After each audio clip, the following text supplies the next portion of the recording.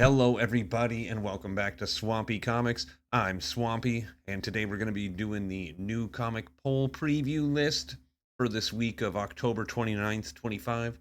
Just going to be getting into my stack this week, and it's really kind of an odd week for me because it's really light on the DC this week, which I'm cool with, but is, not my normal. So let's just jump right into it. First book being a DC book we have right here Absolute Batman Annual 2025, number one. Um, yeah, what can I say? We're getting three stories. One, normal issue size, about 30-page story, another 16-pager, and then a two-pager. And I'm pretty excited. This is the first annual that Absolute Batman's getting, and first annual any of the Absolute books are getting.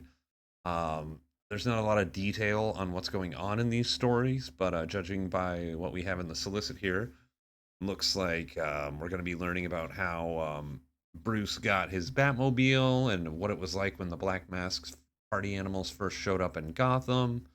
All in all, pretty exciting. The first story, which looks like it's untitled right now, is written by Daniel Warren Johnson, as well as drawn by Daniel Warren Johnson, with colors by Mike Spicer and letters by Clayton Cowles. Then the second story is called Sanctuary, and it's by writer artist James Herron, with colors by Dave Stewart. And then the little two-pager at the end is written, drawn, and colored by Meredith McLaren. And that one kind of piques my interest because I'm kind of wondering, it's called Let's Learn About Bats. And yeah, what is it about? Like, is it going to be just kind of a cool in world, like, is it going to be something from the zoo exhibit of the bats, possibly? Or maybe it's a project that young Bruce worked on in school or something? I don't know. Pretty excited to see what this is all about. Absolute Batman has been killer this entire time and hasn't let any of us down yet. So I doubt this issue will. Um, Very, very much looking forward to it. But next up, we got Cloak or Dagger number one, part of the X-Men Age of Revelation event.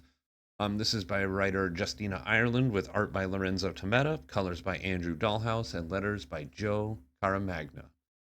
This series I kind of have high hopes for. Two characters I'm not super familiar with, but I do like.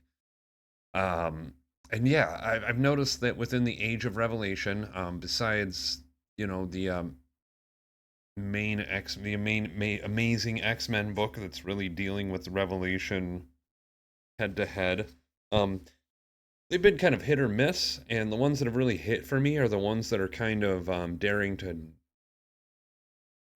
just be in their own world a little more, like a little more. What's the word? A little more of a not exiled. That's not the word, but stories that are a little more sectioned off and doing their own thing within the greater world. Like Binary is a perfect example of something like that. And I'm hoping this one is the same. It looks like Cloak and Dagger are unable to exist on the same plane of existence at the same time. And, they're married now, it looks like. So that should just provide for some interesting storytelling with these characters. I'm really looking forward to it. This one should be pretty cool. But next up, we have Expatriate X-Men. This is by Evel Ewing, with art by Francesco Martarino and colors by Raul Angulo, with letters by Ariana Mar. And yeah, like I just said, that amazing X-Men book that's coming out for Age of Revelation, I really liked, and I'm hoping this one kind of continues on that wave of my enjoyment. Uh, there's a lot of X-Men in this current age that I'm not familiar with. People like Rift or Melee or Bronze that are in this book. But we also have Miss Marvel, Colossus, and Mystique, characters that I'm much more familiar with. And so, yeah, these X-Men books and this Age of Revelation stuff has been really good for me to kind of reintroduce me to a lot of characters, even though they're probably a lot more different than their main counterparts. I at least kind of get the idea of who they are and how they fit in to things a little more. But yeah, I mean, just with any comic that I pick up, I hope that it's good, and I hope this one is good because, admittedly, Age of Revelation has been pretty hit or miss with me. But any book that has had X-Men in the title so far has grabbed me. So hopefully this one continues that trend. Next up, we have Superman Red and Blue 2025 special number one. And this is a special Superman one shot by writers Michael Walsh, Dan Abnett, and Paul Dini, Rainbow Rowell, with art by Michael Walsh and Caitlin Yarsky, Cian Tormey, Mirka Andolfo, with colors by Alex Guimaraes. And it looks like Michael Walsh is also handling the lettering this one. Yeah, we have. Oh, I see the individual credits for all the stories here now. I'll go through them real quick. It looks like we have four different stories here. First one is called Priceless. This one is written by Paul Dini with art by Mirka Andolfo, colors by Arif Prianto, and letters by Ariana Mar. All the Time in the World is the second story. This is written, drawn, and lettered by Michael Walsh.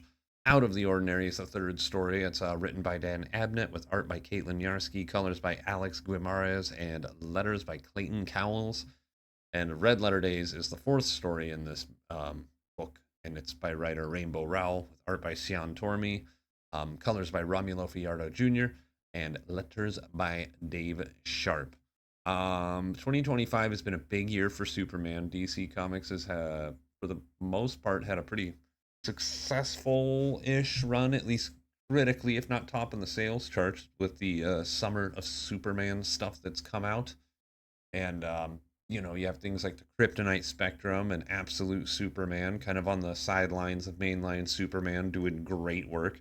And then you have Action Comics, Superman, the main title, and Superman Unlimited doing a great job.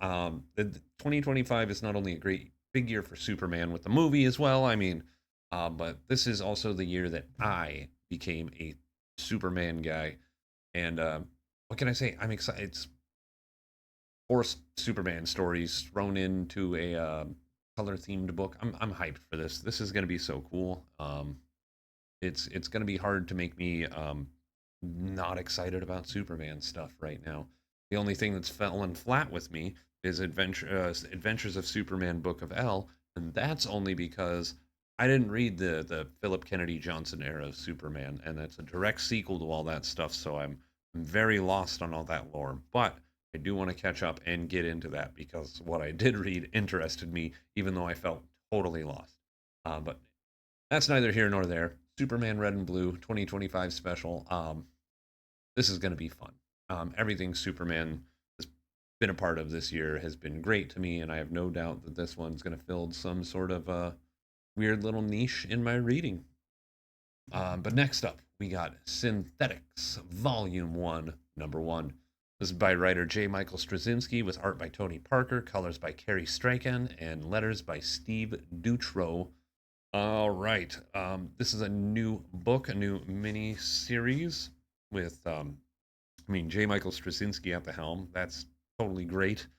A cool cyberpunk story, probably dealing with, Android kind of stuff.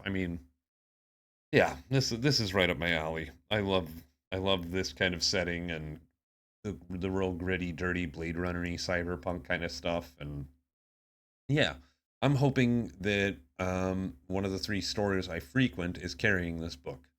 Because if not, I guess I'll have to order it online or maybe see if they can get me a number one so I can start picking it up at the store. But just found out about this book, so if I don't cover it later in the week, it's because I couldn't get a copy. But this looks cool and new, and it'd be nice to have a dark horse title to be buying once more. I bought a lot of dark horse when I was young, back in the '90s and all that. So yeah. Anyway, but I not much else to say about this. Just I hope I get to read it this week, and when I do, I hope that I can report back that it's fantastic. Next up, we got Teenage Mutant Ninja Turtles 2025 annual number one. The Superman red and blue, like that's basically a Superman annual. So it's kind of fun that I'm basically doing 3 annuals this week. We got Absolute Batman, the Superman Red and Blue, and then this Teenage Mutant Ninja Turtles annual that I'm picking up to kind of fill out the lineup of this week. And this is by writer Kenny Porter with art by Maria Keene and Michael Shelfer, with colors by Rhonda Pattinson. And I mean, I'm a '90s kid. I grew up with the Turtles. I have like issues 1 through 9 of the 2002 run, just right over there. Um, yeah, number 1 is actually the most expensive comic I own at a whopping $34. Oh my gosh. So yeah, I have a connection with the Turtles, although in my personal zeitgeist they've really not really existed lately. But I wanted to fill out the lineup this year and or this week, and this title looked like it was going to be a lot of fun. And I mean, annuals are perfect for jumping back in with characters you've lost touch with over the years. So who knows? This might get me back into turtledom. Who knows? We shall see. But yeah, excited to read this. Excited to see what the boys have been up to. Up next, we have. Uh oh. Looks like we will move on to Undead-Pool, number 1. Weird couple blank slots in the slideshow there. Undead-Pool, number 1. This is by writer Tim Seeley with art by Carlos Magno, colors by Guru EFX, letters by Joe Sabino, and yeah, another Age of Revelation book. This one, involving a zombie version of everybody's favorite merc with a mouth, Deadpool. Yeah, hopefully this doesn't annoy me because Deadpool can be really hit or miss with me sometimes. Just depends on how much he's talking at the page.